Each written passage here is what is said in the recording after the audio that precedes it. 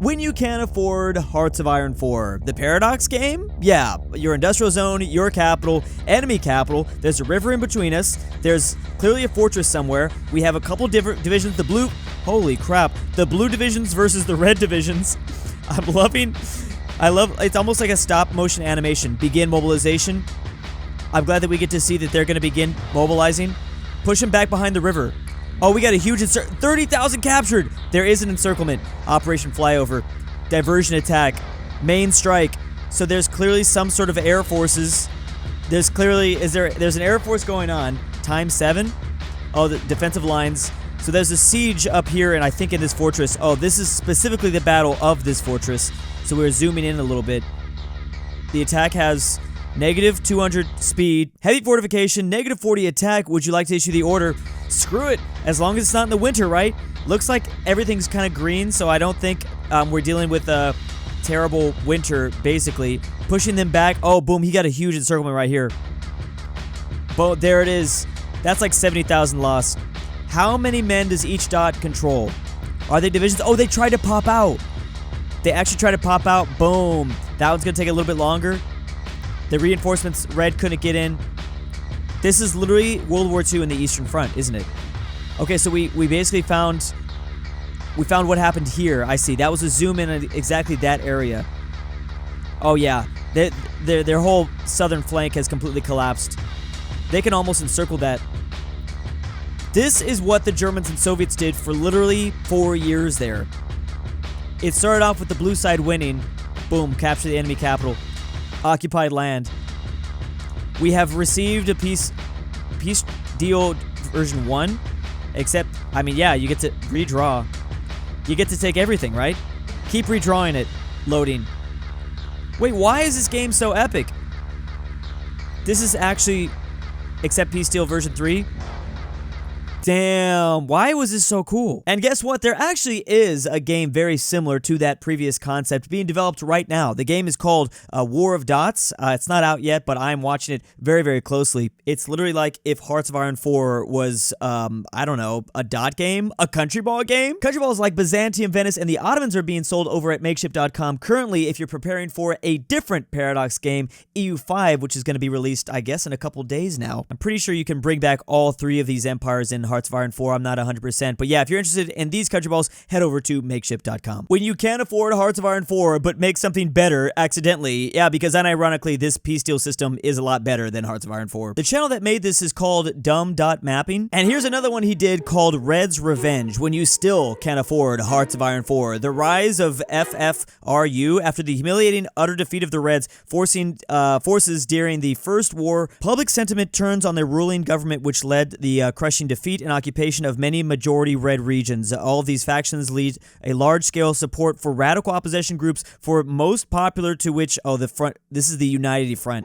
The Red Unity Front. Pause to read. Okay, it might ignite a civil war, but we're going to go ahead and see. It's coup time. So the layout is still the same. Red's capital came back. So this is like if the Germans, if the Nazis won, then they defeated the Soviet Union, and then the Russians rose up and created a unity front. That's the way I'm seeing this, kind of. So now there's more and more people rearming. Okay, they're clearly a little bit outnumbered. Launch limited offensive in the south to trap blues. They have this river to work with. Now, I wish we had a little bit more mountains to work with as well, though. There's actually so much going on, it's hard to pay attention, but in the next video, I guess we're going to break down all the different tactics that are happening here. There was almost an overrun right here. There's also a nice little encirclement. They were so close. So they got half the map back. So claims 4 mass what? The 4 mass graves founded, I see. Yeah, the blue is super outnumbered. Is the blue fighting another front somewhere else? That's a nice line. The support. This is pretty good. You know what's crazy about this situation? I mean, I'm referring so much to World War II here, and obviously Hearts of Iron 4, that's part of the reason why. But also, this is kind of the way the war is being waged in Russia and Ukraine. I mean, it's very, very slow. It's probably even slower than this. But even though it's like 100 years after World War I, war is still very much just like this, it's still taking place. Massive front lines, encirclements, different support from all around, making sure that you don't have certain lines collapse. Red population. Oh, wow, look at this. We have population maps. I want to back that up. So this is where the support is coming from. Obviously, the middle of the map, you're going to have less support. They might be more blue allied in the middle. Red's population is really coming from here, 50 to 75%. Much less so out this way. This is more the blue people. Oh, so they have a casus belli because they need to try to take back these reds deep beyond blue territory. Okay, red, let's go. Go get them. Uh-oh. Government support. They look like they're much less supported. Okay, so there is an enclave of the ethnic minority. This is the ethnic red minority that they're going to try to probably break out because they do not support that blue government. Wow. I really hope the game, whenever this game comes out, I'm really hoping they definitely have these different map modes because that just brings a whole nother layer, quite literally, to the gameplay. Conclusion, blue government support is low and they need a success on the front to avoid a popular uprising.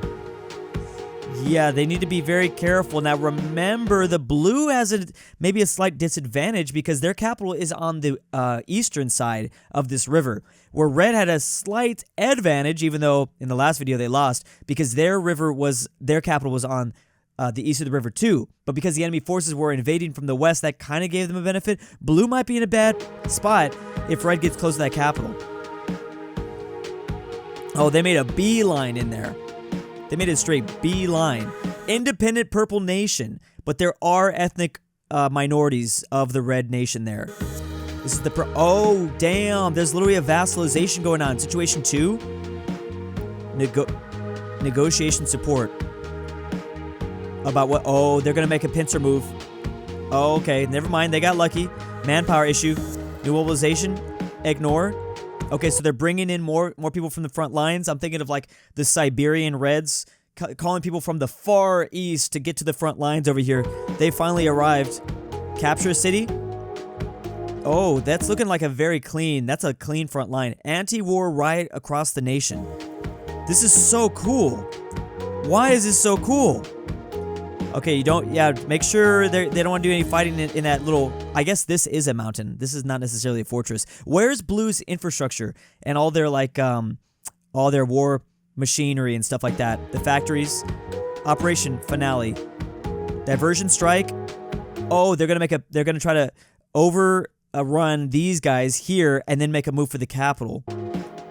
But the detour, they're trying to scare purple a little bit. Confirm attack. They could definitely draw a division between purple and blue. If purple's obviously going to want to defend their own nation rather than blue's capital. Bam! That was a big win. The encirclement did work, expanding the front. Okay, so now we're really zooming in. Defensive lines. So this is blue's capital here. Counting in. 2, 3, 1. I don't know why I didn't count that correctly.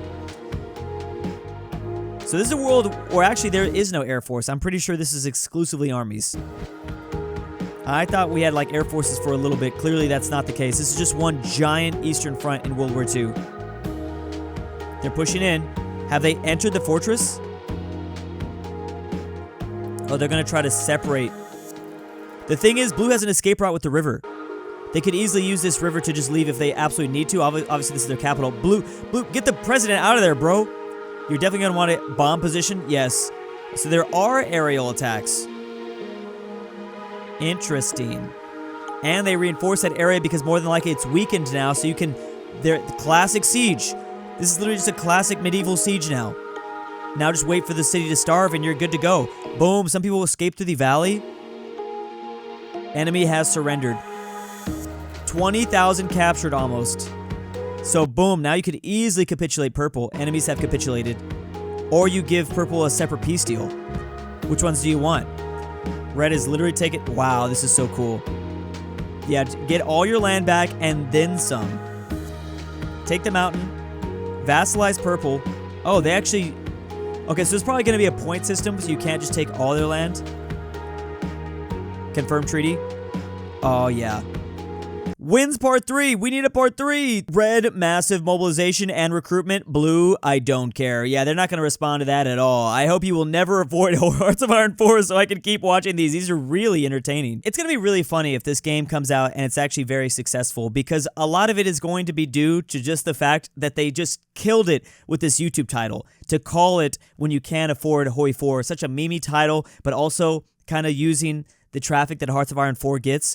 This could be really big, and it's all because the title was just so incredible. Okay, so this is called, same channel, Conquest of Dots.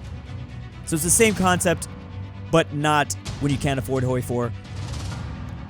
So whoa, let me back that up, because the industrial zones are very important. Now, I feel like we need to label these a bit more on the map, though. Your industrial zone, enemies industrial zone. Now, there's a lot more water to work with. That's going to be big. That's going to be key. Is there actually going to be naval warfare here? Because that's the big thing that we're missing. Your infantry divisions, your tank divisions. Oh, we actually have them labeled now. Enemy tank divisions. Declare war. It's time. I'm red now. I guess we're red, but the reds are on the left. So drawing circles. Tell which ones to push. Now, this is going to be an interesting one up here, especially if you have naval firing. If you have but more than likely blue prize and navy 2. That's going to be a hard sliver to move through. Extremely difficult. Alright, so far it's working. Obviously, red began the invasion. Blow up the bridges. I wish there were bridges across the rivers, though. Because these are probably some pretty big rivers, it looks like. Bam, they're going to Dunkirk. They're going to go for the Dunkirk. Oh, they did get around. Oh, so you can still use water. I see. There's no navy. The divisions are just being transported. Clearly, the boats, the circles can float. Use the river to your advantage. Oh, there's a couple tank units. Just get back behind the river. Use the river as a nice I'm thinking about this from Blue's perspective, bro. I want to see, because clearly Red's gonna get all this stuff. Blue's getting their butt kicked. Uh-oh. Here's gonna be the problem. Get those guys on the front lines. Oh, huge move to get to the capital. That's what this is teaching me. It's all about distraction. It's all about making different moves to distract the enemy. Battle of the Bulge. Think about stuff like that. Approved plan. Plan A, Plan B, Plan C. Whoa. I wanted to see a couple of those. Which one would I have chosen? Plan A, there's a northern attack. I probably wouldn't. That just seems too obvious. But the blue might think that that's too obvious too, and I'm not that stupid. And then maybe I am that stupid, Blue, and then you do go for A. So there's A. It's just like a pretty straightforward attack. B, I mean, I do like C. Why not just keep everything? Because also, if you look at like their reinforcements, Blue looks heavily less reinforced. I think they don't want these 4 divisions to engage in the south here, because they want to be able to reinforce up in the north if they have to. So might as well, I would say Plan C. I'm glad that they I think that's maybe the right move. Oh, they have air support too.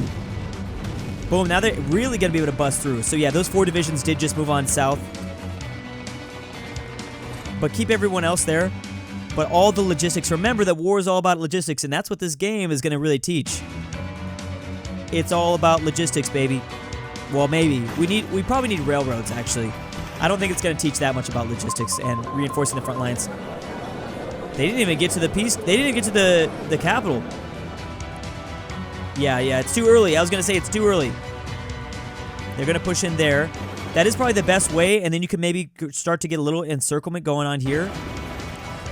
I wouldn't worry too much about the capital right now. I feel like Blue would be way more concerned that I am going to push for the capital. In reality, I'd be going for kills. See, I don't know if I would do this. I would focus on just getting as many blue divisions killed. Sending them to the kingdom of heaven. Because they're going to be especially concerned, their capitals. That's like their gem. They're not worried about the bodies. So I would just be going for casualties, maybe. And then, also, when you do that, maybe the next war won't be as hard because Blue just has, physically less men around. I don't know. Oh, there's some naval warfare. They're going to do a D-Day invasion. Operation Final Strike. Approve. So they're going to land on that peninsula over there? They did, kind of. Dang, those are huge encirclements. Blue surrenders. There might be 2 that get away, but not really. Full victory. Annex all territories? Yes. Might as well.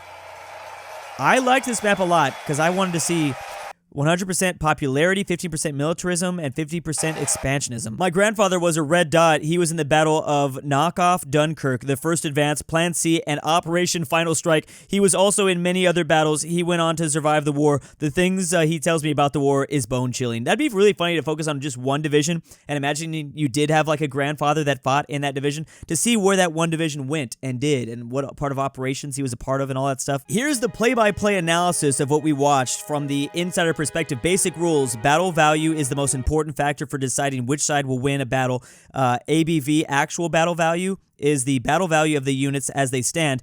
MPBV is maximum possible battle value. So that's BV of units if they were transferred to their ideal terrain. Battle value chart so far. Infantry, tanks. Okay, so infantry is 1 and 1 in force. Not very good in foothills. Tanks are good in a little bit better in plains. That's where tanks are really going to thrive. Okay, that makes sense. Those are all some pretty fair numbers. Nothing for mountains just yet. So every single thing we saw from the previous video is going to be broken down into why those things took place. Your capital, enemy capital. Your industrial zone, enemy industrial zone. So on or near the front has stationed 15 infantry to assist the initial invasion by holding supply to the tank breakthroughs, while the 3 infantry in reserves move in the newly occupied territory to put down any unrest. You do got to think about that. I forgot about that. Unrest from the local population. 13 infantry are staying behind to put down any civil unrest due to the war. There could be lots of population, especially if you have blue minority groups living in your territory. They would definitely cause some unrest back at home. But obviously, population like that is not mobilized. They're not industrialized. They don't have a bunch of arms usually. I'm not sure how that situation goes in this red nation, but tank divisions are the most concentrated in areas where RHC hopes to break through and to aid infantry. So it's really tanks moving through plains. I didn't even notice that. That's why this breakdown, this play-by-play analysis is so good. Home group, first wave, RHC strategy is to split into 3 groups as follows. Southern group, capital group. Oh, home group. So that's just the first wave. First wave goals, keep reinforcements away from the capital group. Second wave goals, push down into the south. Okay, so this is like kind of more of a distraction. Capital group, first wave, secure beach heads and cross the main river. Second wave goals, capture the capital, of course, force a surrender. So ultimately, this is the important stuff here. This is a distraction. This is to stop civil unrest. Blue High Command has expected a possible invasion and has put large forces on the coast and border as well as in reserves to respond to breakthroughs. Okay, that's good to know. So that's why they don't have everyone engaged right now. I feel like since they're the people being attacked, they should be more able and willing to drive reinforcements up.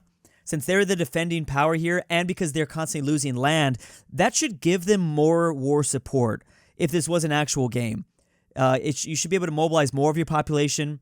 Now, those populations, if they're properly, if they have the proper gear and the proper weaponry and things like that, that's a different story, because if the infrastructure of this nation is being taken over, it might be tough to actually arm the population. But they should have way more war support, and they should have way more civil unrest on their side when their land gets taken, I feel. Hasn't invested much into producing tanks. They will rely heavily on infantry in the crucial early days. That is probably a very bad idea. So that is why I think the Reds get such a huge breakthrough. The BHC strategy is to split into 4 groups as follows. The reserve group, the coastal group, the northern group, and then the southern group. I think they probably put less support in the north because there's more of a natural barrier, at least with this mountain and the water and things like that. There's more plains down here, so maybe that's why they thought about putting more infantry dudes down this way. Red declares war because they want a relatively quick war to bolster support for the newly formed, yes. Okay, so it's wartime. Yeah, so there is kind of natural barriers that blue has to their advantage. This forest, this mountain, and then just the water. It's like a natural choke point. So you do need more people down here because this is a lot more plains. The RHC has given both Capital Group and Southern Group 2 vectors of attack. This would be a tough one right here. To capture coast and join up with Vector C, to put down Vector C1, that's C2, to force, they're trying to push towards the capital. Vector S2 to reach, cross, and establish footholds across the main river, and Vector S1 to draw enemy reserves away from Vector S2. They don't really have that many in Vector S1. Vector S2 is this way. Large tank breakthroughs. What is that? Oh yeah, because here's 3 tank divisions right this way. Towards the capital, tank breakthroughs towards the river. And Blue's problem is they didn't have any tanks. And they had no fortification. They should have built some sort of fortification along this river at the very least if things got really bad. Capital breakthrough halted using reserves from coastal group. First, Red forces cross main river. Red forces now try to widen. All attempts to cross main river fail in the south. 5 MPBV worth of reserves sent to the front lines. It's kind of a risky move there because, you know, the uprisings that could occur in the capital, that was a risk. But I guess it worked out because there was no uprisings. Southern Frank retreats. Blue leaves small bridgehead to force Red to keep some forces in the south. I mean, at this point, you have the river to your advantage. So yeah, maybe bringing up some of these reinforcements, Blue, to the north before these guys even get to the river. Because you don't want to lose all your territory west of the river. That would be very bad. Obviously, that is what happens. But both Blue and Red forces Both Blue and Red send forces north to prepare for offensive. So they can kind of do a choke point. This is literally Dunkirk right here. That's what all the comments are saying. First attack to draw forces north. Second attack to encircle. So what Red's going to do is they're going to do a big push in the north and hope that Blue continues to send reinforcements because obviously they're going to want to protect their capital. In the background, what Red can do is obviously start to reinforce the south, and that's all we know. That's what he's going to do. That way he can kind of get across this river and start to make plans down this way. Second attack to encircle northern forces. There's definitely a good chance. Oh, look at that. Some escape, but not all, obviously. Does some of these, some of them get to just go back across the river. Encirclement abandoned. Second line formed. You gotta be careful with that river and the water. Bridgehead established across main river.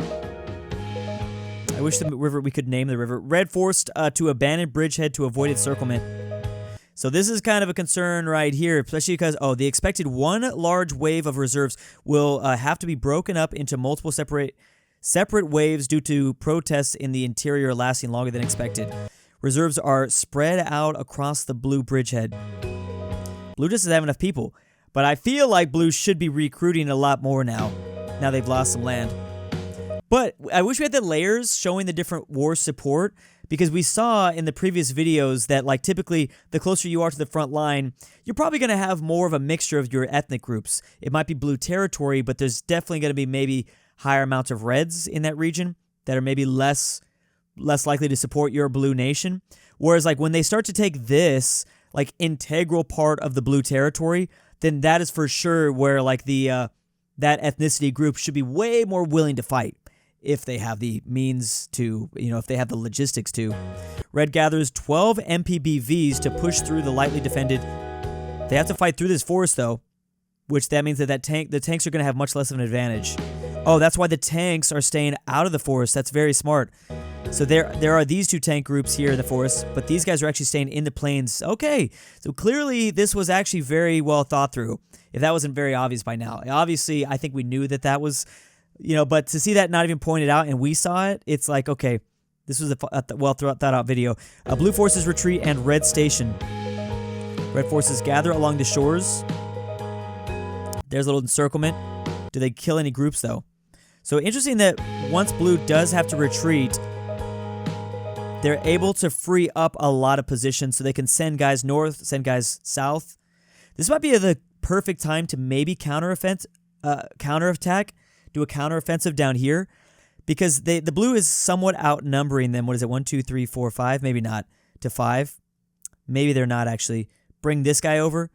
I think that a counteroffensive needed to happen for Blue in the south, especially while you see all this chaos happening. Okay, well, at least they're bringing down reinforcements now. After successful rear guard action, all the Blue's divisions escape encirclement at significant losses, of course, albeit. Blue retreats to strong pre-prepared defense lines. Yeah, they're super outnumbered now in the south, which maybe the Blue wasn't expecting that. Maybe the Blue was expecting Red to be more down this way, move up north. Choose break enemy lines, pros, cons. So this is A, B, and C plans. Pros, close to the capital, quick victory, open to landing, favorable terrain. Cons, extensive defenses would bring heavy losses, highly expected, likely to fail. Highly expected, I think, is key. So this is plan B that we talked about in the previous video. Pros, most unexpected. Most unexpected? Would it be? Maybe. Weak enemy divisions. Cons, river crossing, 2 defensive lines, enemy air superiority, split attacks. Is the yellow bases, is that air bases basically? Are those yellow dots air bases? I didn't check that. Pros, air support for plan C, no river crossing, good logistics, weak defenses. Cons, close reserves, semi-expected bad terrain. Man, you do have the forest down here, but once you pop out of that, it's just huge plan. And then send all the tanks. Oh, they did. No, there's some tank divisions still in the north. You kind of don't need, I mean, maybe the tank division's here, but you definitely don't need this here. Maybe here. I would send them all, or maybe they will. Maybe wait for them to break through, Drew. Wait for them to get through the forest, then start sending all the tank divisions. But then again, if you start seeing all your tanks, if blue starts seeing all the tank divisions leave the north and the middle, well, it's obvious where they're going. They're going to the south for plan C. And then that's kind of maybe going to be give away too much of your plan. But yeah, look, there is infantry exclusively fighting in the forest. The tanks are not over here. That's smart. Extensive air support used to prepare for the offensive. You do want to lighten them up a little bit with some air superiority. Infantry captured, beachheads, situation stabilized. Salient evacuation. New southern offensive launched to protect recent gains. Now might be a good time to send in more tanks, especially because the tanks are utterly dominating blue's infantry. Clearly that's been the case here. Oh, there you go. Tanks force. Oh, that was smart. To actually have the tanks make a move towards the east, the southeast. I thought they would just bust through here, but definitely not a bad idea just to protect your infantry inside of the forest. Have the tanks go southeast. Bam, tank breakthrough. That's going to encircle these 3 divisions in the forest. And, well, it actually didn't encircle them, but they got close. Small enemy offensive. Now send all of the tanks down this way, I think. Peace proposal. Received. Well, now blue knows they're going to get screwed. At this point, RHC might as well finish the war unconditionally since they already got past the biggest defenses and blue society is collapsing.